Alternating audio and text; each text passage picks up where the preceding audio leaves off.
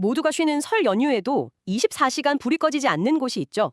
바로 그 반도체 공장인데요. 한번 돌기 시작한 웨이퍼는 단 한순간도 멈출 수가 없으니까요. 자료들을 보니까 바로 그 치열한 현장이 눈앞에 그려지더라고요. 차세대 AI의 심장으로 불리는 이 HBM4 메모리 시장을 둘러싼 삼성전자와 SK 하이닉스의 총력전. 이건 뭐랄까 거의 헤비급 챔피언 타이틀 매치 같아요. 정말 딱 맞는 비유예요. 현재 챔피언 벨트를 쥐고 있는 건 SK 하이닉스고 삼성전자는 왕자를 되찾으려고 완전히 새로운 기술로 도전장을 내민 그런 형국이죠.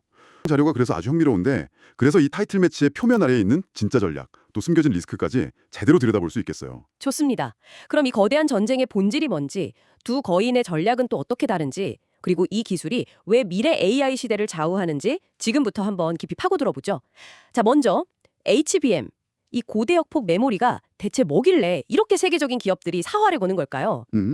HBM을 가장 쉽게 비유하면 데이터 전용 초고층 아파트라고 할 수 있어요. 여러 개의 D램 칩을 수직으로 그냥 쭉 쌓아 올려서요. 데이터가 오가는 통로, 그러니까 대역폭을 극단적으로 넓힌 메모리죠. 아파트처럼 쌓아 올린다. 네, AI의 두뇌 역할을 하는 GPU가 엄청난 양의 데이터를 한꺼번에 처리하려면 바로 옆에서 그 데이터를 맹렬한 속도로 공급해줄 파트너가 필요하거든요. HBM이 바로 그 역할을 하는 겁니다. 그리고 HBM4는 그 아파트를 이제 16층까지 쌓아 올리는 6세대 기술의 정점인 셈이고요. 그리고 이 초고층 아파트의 가장 큰 VVIP 입주 고객이 바로 엔비디아인 거군요. 자료를 보니까 엔비디아의 차세대 AI 칩, 그 베라루빈, 여기에 HBM4가 무려 8개나 들어간다고 해요. 결국 이 베라루빈의 출시 일정이 두 회사의 HBM4 양산 경쟁에 그냥 출발 신호를 쏜 셈이네요. 맞아요. 그런데 여기서 아주 재미있는 배경 이야기가 하나 있어요. 분석 자료에 나오는 블랙웰 사태인데요. 엔비디아가 바로 이전 세대인 블랙웰 GPU를 만들 때 특정 공급사, 당시에는 SK 하이닉스에 대한 의존도가 너무 높았던 거예요. 그러다 보니 부품 수급이 불안정해져서 생산에 큰 차질을 빚었던 경험이 있습니다. 아무리 기술이 좋아도 부품이 제때 안 오면 말짱 꽉이니까요. 그렇죠. 이 사건 이후로 엔비디아 내부에서는 공급망 안정성이 기술력만큼이나 중요하다 이런 인식이 확고해졌고요. 자연스럽게 공급처를 다변화하는 전략으로 이어진 거죠. 이게 바로 HBM3 시장에서 고전했던 삼성전자에게 HBM4 시장에서 다시 한번 해볼 만한 기회가 열린 결정적인 계기가 된 겁니다. 챔피언에게 약점이 보이자 도전자에게도 기회가 생긴 거군요. 자, 여기서부터 정말 흥미진진해집니다. HBM4라는 똑같은 링 위에 올랐는데 두 선수가 완전히 다른 스타일의 싸움을 준비하고 있어요. 먼저 공격적으로 치고 나간 도전자, 삼성전자 이야기부터 시작해볼까요? 네, 삼성이 세계 최초 HBM4 양산 미추라라는 시장을 깜짝 놀라게 할 만한 발표를 했어요. 이건 단순히 우리도 만들 수 있어요 수준의 시제품 발표가 아니거든요. 이미 고객사의 그 까다로운 품질 검정을 통과해서 실제 돈을 받고 팔기 시작했다는 선언인 거죠. 턴키요? 그 열쇠만 돌리면 모든 게 해결된다는 원스톱 솔루션, 그거 말하는 거죠? 맞습니다. 이걸 비유하자면 뭐랄까 미슐랭 3스타 셰프가 최고의 스테이크를 만들려고 직접 농장에서 채소를 기르고 목장에서 소까지 키우는 것과 같아요. 모든 걸 다 직접 한다. 네, HBM4 아파트의 각 층에 해당하는 D램은 업계 최첨단인 원시 공정으로 직접 만들고요. 이 아파트 전체를 통제하는 1층의 베이스 다이는 자사의 4나노 파운드리 공정으로 직접 생산하고 이걸 쌓아 올리는 패키징까지 전부 삼성이라는 한 지붕 아래에서 해결하는 겁니다. 잠깐만요. 근데 듣기만 해도 엄청나게 복잡한데요. D램, 파운드리, 패키징, 이 세 가지가 다 반도체 기술의 거의 최정점에 있는 분야잖아요. 이걸 전부 한 번에, 그것도 최첨단 공정으로 통합한다는 건 굉장한 도박처럼 들리는데요. 이 중에 하나라도 수율이 안 나오거나 문제가 생기면 전체 전략이 그냥 와르르 무너지는 거 아닌가요? 차라리 SK 하이닉스처럼 검증된 세계 1위 파운드리, TSMC랑 손잡는 게 훨씬 안전하고 현명한 배팅 아닐까요? 바로 그 지점이 삼성 전략의 핵심입니다. 리스크가 큰 만큼 성공했을 때의 과실이 어마어마하거든요. 일단 고객 입장에서는 여러 회사가 아니라 삼성 한 곳하고만 이야기하면 되니까 공급망 관리가 훨씬 편해지죠. 그건 그렇겠네요. 또 삼성의 주장에 따르면 이렇게 처음부터 끝까지 통합 설계를 했기 때문에 에너지 효율을 무려 40%나 계산했다고 해요. 40%요? 네, 데이터 센터의 그 어마어마한 전기료를 생각하면 이건 정말 솔깃한 제안이죠. 40%라니 그게 마케팅용 숫자가 아니라 실제 수치라면 정말 대단하네요. 그리고 이 전략에는 삼성의 더 큰 그림이 숨어 있습니다. 바로 수년간 조 단위 적자에 허덕이던 삼성의 파운드리 사업에 구원투수가 될 수 있다는 점이에요. 파운드리 사업? 네, 외부 고객을 유치하지 못해도 자사의 HBM4 물량만으로도 최첨단 4나노 공장을 계속 돌리면서 수율을 잡고 기술력을 증명할 수 있으니까요. HBM4는 메모리 사업의 왕자 탈환을 넘어서 파운드리 사업의 명운을 건 승부수인 셈입니다. 그렇군요. 그럼 이제 챔피언 SK 하이닉스의 방어 전략을 한번 보죠.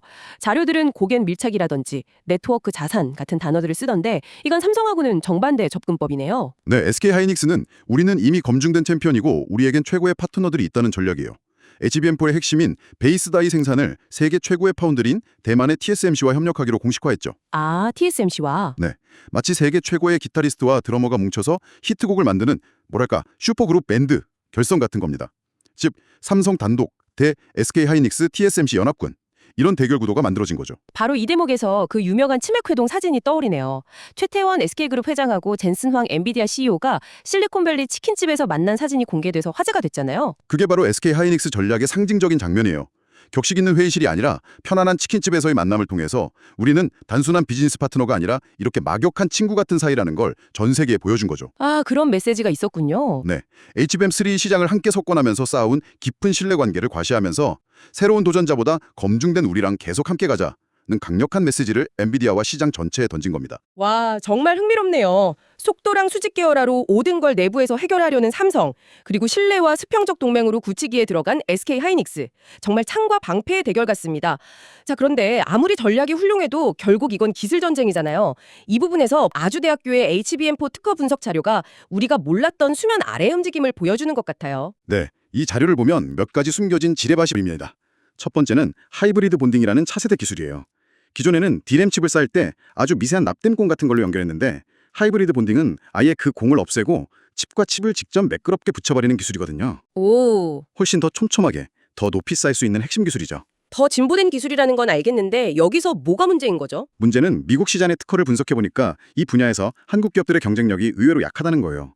오히려 대만의 TSMC랑 MP라고 불리는 특허 전문 기업들이 이 분야를 꽉 잡고 있더라고요. NPE요? 네, 이 MP라는 것은 직접 물건을 만들진 않고요. 오직 특허를 나들여서 소송이나 라이센스 계약으로 돈을 버는 일종의 특허 사냥꾼들입니다. 그런데 이들이 최근에 소송을 시작했다는 점에서 우리 기업들이 나중에 미국에서 HBM4를 팔 때 거액의 특허 소송에 발목 잡힐 수 있다는 그런 경고등이 켜진 셈이죠. 와, 보이지 않는 곳에 아주 위험한 덫이 놓여 있다는 거네요. 자료를 보다 보니까 SK하이닉스에 대한 분석도 좀 의외였어요. 현재 시장의 리더인데 전반적인 특허 경쟁력은 삼성에 비해 열세라고 나오더라고요. 이건 어떻게 해석해야 할까요? 그게 바로 SK하이닉스가 TSMC와의 동맹에 기댈 수밖에 없는 이유를 데이터로 보여주는 대목일 수 있어요. HBM4를 빠르게 양산하기 위해서 자체 기술 개발보다는 TSMC의 검증된 기술에 의존하는 비중이 높다는 걸 시사하는 거죠. 아, 지금처럼 양사 관계가 좋을 때는 최고의 시너리지만 만약에 대만을 둘러싼 지정학적 리스크가 터지거나 둘 사이에 문제가 생기면 SK하이닉스에겐 치명적인 약점이 될 수 있다는 분석이 가능합니다. 그렇군요. 그런데 특허 데이터를 보면서 제가 가장 놀랐던 건 중국이었어요. 개별 기업으로는 삼성이나 TSMC가 앞서는데 이걸 국가 단위로 합쳐보니까 중국의 특허 출연량이 압도적이더라고요. 맞아요. 지금은 수많은 중소기업과 대학, 연구소들이 각자 흩어져서 특허를 내고 있어서 위협적으로 보이지 않을 수 있어요. 하지만 이 기술들이 국가적인 지원 아래 하나로 모이고 거대한 자본과 내수 시장을 바탕으로 하나의 경쟁력 있는 제품으로 완성되는 순간 게임의 판도가 완전히 달라질 수 있습니다. 이건 마치 우리가 삼성과 SK하이닉스의 화려한 타이틀 매치에 열광하는 동안 경기장 밖에서 수백 명의 선수들이 조용히 다음 시합을 준비하고 있는 것과 같은 거죠. 알겠습니다. 정말 복잡한 싸움이네요. 자, 그럼 다시 현재의 타이틀 매치로 돌아와서요. 삼성의 턴키 전략이 모든 특허 리스크를 뚫고 성공하기 위한 마지막 관문, 바로 수율의 문제를 짚어보죠. 결국 웨이퍼 한 장에서 쓸만한 제품을 얼마나 많이 건져내느냐가 돈과 직결되는 거잖아요. 수율의 중요성을 아주 정확히 보셨어요. 수율이 50%라는 건 정말 상상할 수 없는 비용과 시간을 들여 만든 제품의 절반을 그대로 쓰레기통에 버려야 한다는 뜻이에요. 절반을요? 정말 잔인한 현실이죠. 특히 삼성처럼 최첨단 1CD램과 4나노 파운드리 공정, 이 두 가지를 동시에 돌리는 건 기술적으로 엄청나게 어려운 도전입니다. 그럼 삼성의 그 엄청난 도박은 지금 어떻게 되어가고 있나요? 자료들을 보면 전망이 꽤 긍정적인 것 같던데요. 네, 여러 자료를 종합해보면 삼성이 이미 손익분기점으로 여겨지는 수율 50%를 넘어서 70% 수준에 근접했고 곧 안정적인 양산 단계인 80%에 도달할 거라는 관측이 지배적이에요. 아, 정말요? 이게 가능했던 이유로 분석되는 건 처음부터 HBM4 개발을 위해 1CD램과 4나노 공정을 맞춤용으로 통합 설계했기 때문이라는 거예요. 기존에 있던 기술들을 억지로 짜맞춘 게 아니라 아예 HBM4라는 최종 제품에 최적화된 형태로 처음부터 판을 짰기 때문에 불량 리스크를 사전에 차단할 수 있었다. 이런 분석이죠. 만약 삼성이 정말로 안정적인 수율 80%라는 고지를 점령한다면 이 시장은 어떻게 바뀌게 될까요? 그 순간 어떤 일이 벌어지는 건가요? 그야말로 게임 체인저가 되는 순간입니다. 첫째, SK하이닉스가 거의 독점하다시피 했던 엔비디아 공급망에 확실한 균열을 내고 상당한 점유율을 뺏어올 수 있어요. 안정적인 대량 공급 능력을 증명하는 거니까요. 네네. 둘째, 제조 원가가 획기적으로 낮아집니다. 더 뛰어난 성능의 제품을 더 싼 가격에 공급할 수 있게 되는 거죠. 시장의 가성비 깡패가 될 수 있는 무기를 손에 쥐는 겁니다. 와, 마지막으로 3위 업체인 마이크론과의 기술 격차를 완전히 벌리면서 HBM 시장을 삼성과 SK하이닉스의 명실상부한 양강구도로 굳혀버릴 수 있습니다. 자료들 덕분에 HBM4 시장을 둘러싼 거대한 전쟁의 그림이 아주 선명하게 그려지네요.